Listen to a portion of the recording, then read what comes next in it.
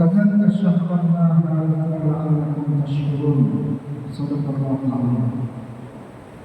Masyaallah muslimin muslimat jamaah salat zuhur rahimani Allah wa iyyakum. Alhamdulillahirabbil alamin, kita senantiasa memperbaharui rasa syukur kepada Allah atas segala karunia nikmat yang Allah berikan kepada kita semuanya.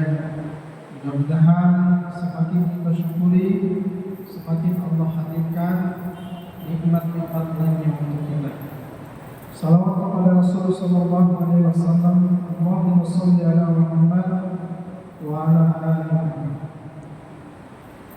Masyaallah muslimin muslimat, kita sudah berada di bulan yang ketiga di bulan Zulqa'dah, bulan haram yang kita akan jalani selama 3 bulan berturut-turut sejak Zulqa'dah, lalu nanti bersambung ke Zulhijjah dan Muharram. Kaum muslimin, syariat utama yang perlu ditegakkan di bulan haram, terutama Zulqa'dah dan Zulhijjah ini adalah ibadah haji. Saudara-saudara kita sudah berangkat dan menjalankan rangkaian ibadah di tanah suci yang puncaknya nanti berkumpul di 9 Zulhijjah di padang Arafah.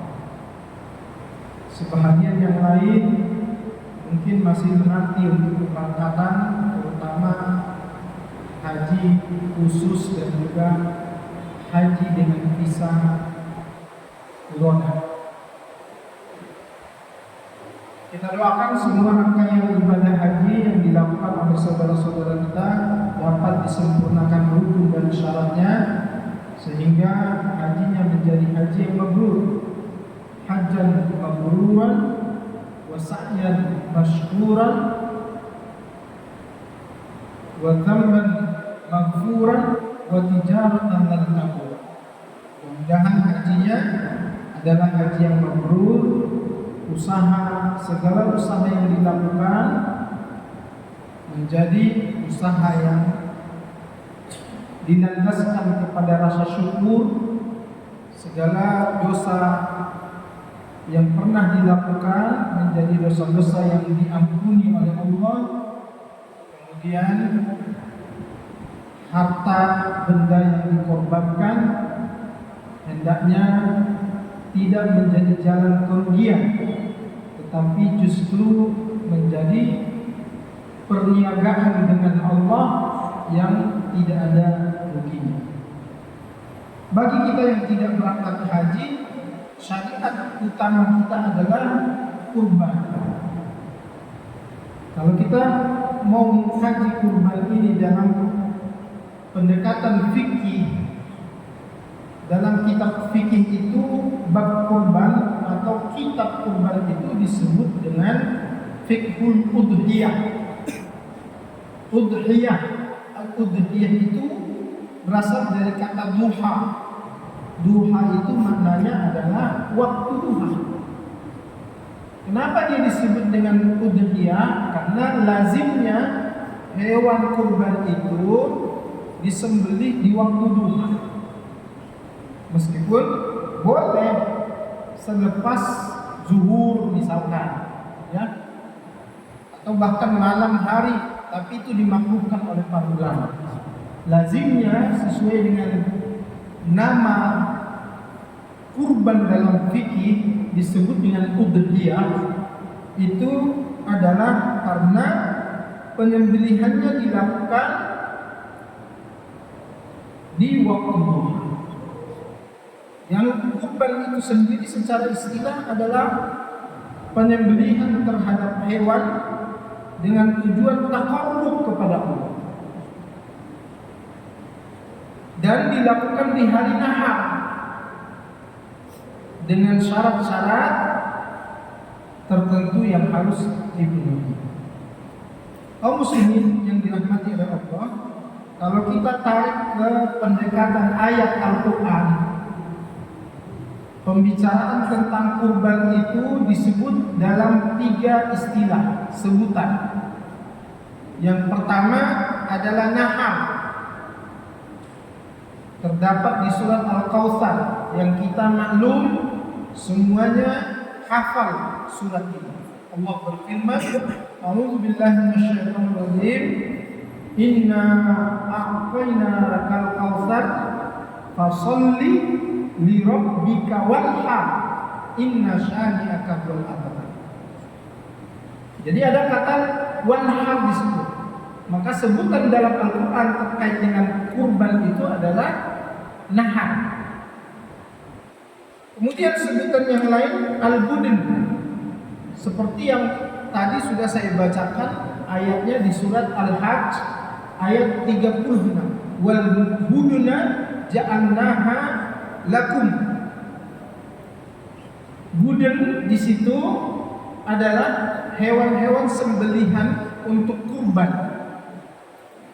Hanya istilah kurban dalam ayat Al-Quran selain nahar juga budun. Kemudian istilah dan sebutan yang lainnya adalah nusuk. Nusuk ini maklum salah satu gerakan dalam sholat kita membaca Qul inna sholati wa nusuki wa mahyaya wa mamati lillahi rabbil alamin.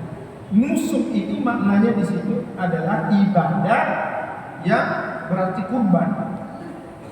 Masyaallah muslimin yang dirahmati oleh Allah, tentang syariat kurban ini kita sudah jelaskan sekilas sebelumnya, ya, dilandaskan kepada dalil-dalil yang kuat di dalam Al-Quran, seperti mana ayat-ayat yang sudah kita bacakan.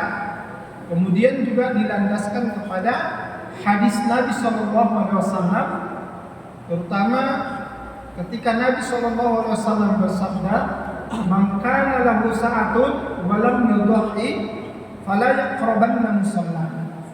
Sesiapa saja yang punya kelapangan harta, rezeki, lalu dia tidak berkurban, lam yudhi.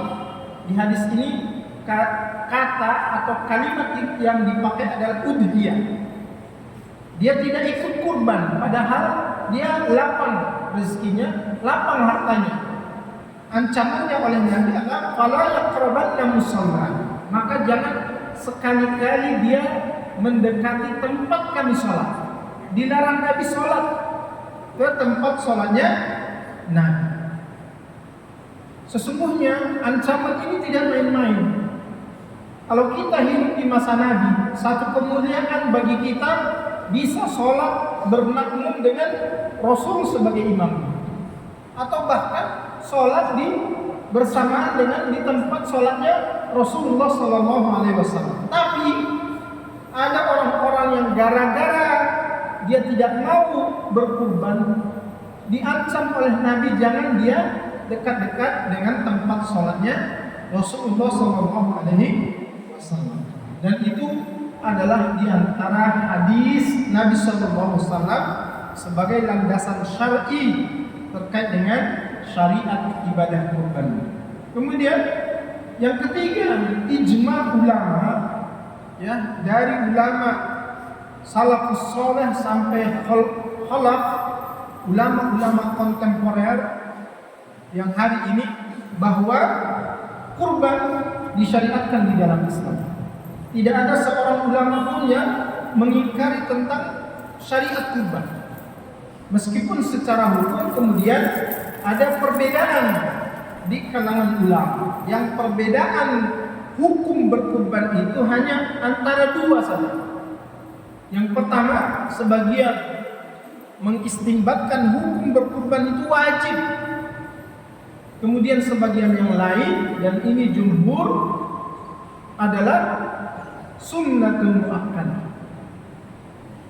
Misalkan Imam Abu Hanifah yara annal udhiyata wajibatun 'alal muqimin al-musirina fil amsar. Begitu kalimat yang disebutkan oleh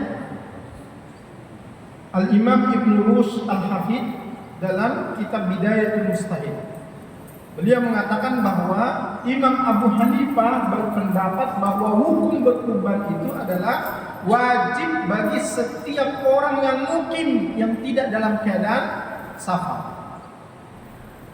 Dalilnya kepada ayat-ayat yang sudah kita baca tadi.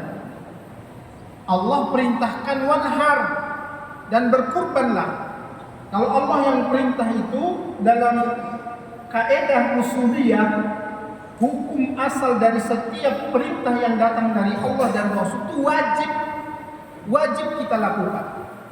Sampai ada dalil yang lain yang kemudian menjelaskan dia derajatnya nggak sampai wajib, maka dia di bawah wajib, nanti sunnah. Tapi Imam Abu Hanifah mengatakan wajib hukumnya berkurban. Sedangkan Imam Malik dan Imam Asy-Syafi'i mengambil pendapat bahwa hukum berkurban adalah sunnatun muakkadah, sunnah yang dikuatkan, artinya statusnya hampir wajib. Yang makna sunnah muakkadah itu, saudaraku sekalian yang dirahmati oleh Allah, adalah jika tidak ada penghalang bagi kita untuk berkurban, tidak boleh tidak berkurban. Karena ancamannya jelas disampaikan oleh Nabi. Maka sesiapa di antara kita, saudaraku sekalian yang dirahmati Allah, yang diberi kelapangan harta oleh Allah, ada uang untuk ikut berkurban, maka berkurbanlah. Karena itu bahagian dari kemuliaan kita untuk menegakkan satu di antara syariat Allah yang harus kita tegakkan di bulan Dzulhijjah atau di bulan haram. Kaum muslimin yang dirahmati Allah, oleh karena itulah saya dan kita semuanya saling mengingatkan, masih ada space waktu sebelum pada saatnya para panitia kurban di masjid-masjid kita dan khususnya di Masjid Taqwa ini untuk kita ikut mendaftar sebagai peserta kurban, sebagai bahagian dari upaya kita untuk menegakkan syariat Allah di bulan haram ini. Ingat bahwa sesungguhnya ketika kita tidak punya alasan untuk tidak berkurban, maka tidak ada pilihan bagi kita terhadap apa yang Allah titipkan berupa harta benda dan rezeki, kecuali kita mesti ikut menjadi peserta kurban. Dan banyak sekali hikmah, keutamaan yang disampaikan oleh para ulama yang diambil dari beberapa dalil nas Quran maupun sunnah, di mana terungkap hikmah dari berkurban tersebut. Di antaranya bahwa kurban itu adalah bahagian dari bukti rasa syukur. Karenanya di surat Al-Kautsar itu perintah berkurban Allah kaitkan dengan banyaknya nikmat yang telah Allah berikan kepada kita.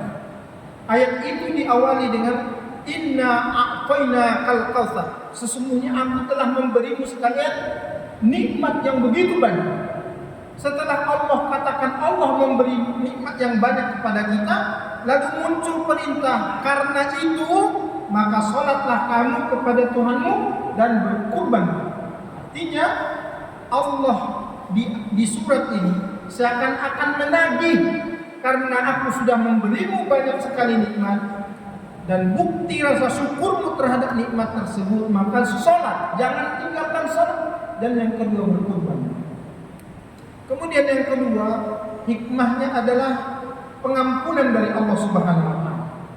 Kemudian juga tausiah, rasa kelapangan hati kita terhadap apapun yang Allah telah berikan kepada kita, sehingga kita merasakan nikmat-nikmat pemberian dari Allah, dan kita akan senantiasa tergolong kepada orang-orang yang bersyukur. Karena Nabi pun ketika ditanya terkait dengan perkara ibadah yang begitu banyak dilakukan, alasan Nabi melakukan ibadah-ibadah itu adalah afalan aguna abdan syakur. Kata Nabi, tidakkah pantas kalau aku ini menjadi hamba Allah yang paling bersyukur. Selain itu, sesungguhnya kurban ini adalah bahagian dari ta'abbudiyah itu. Cara kita beribadah kepada Allah Subhanahu wa taala yang dia ada ketetapan waktunya. Tidak sepanjang waktu kita bisa berkurban. Hanya di waktu-waktu yang telah ditetapkan oleh Allah, terutama di 10 Zulhijjah dan 3 hari sesudahnya yang kita kenal dengan Ayyamul Tasyrik. Mudah-mudahan saudara-saudaraku dilapangkan oleh Allah rezekinya, nikmatnya, dan Allah bukakan hatinya untuk senantiasa menjadikan nikmat-nikmat tersebut sebagai wasilah ibadah kepada Allah Ta'ala. Aku qouli hadza astaghfirullah li wa lakum. Nasrun minallahi wa fathun qarib. Wassalamualaikum warahmatullahi wabarakatuh.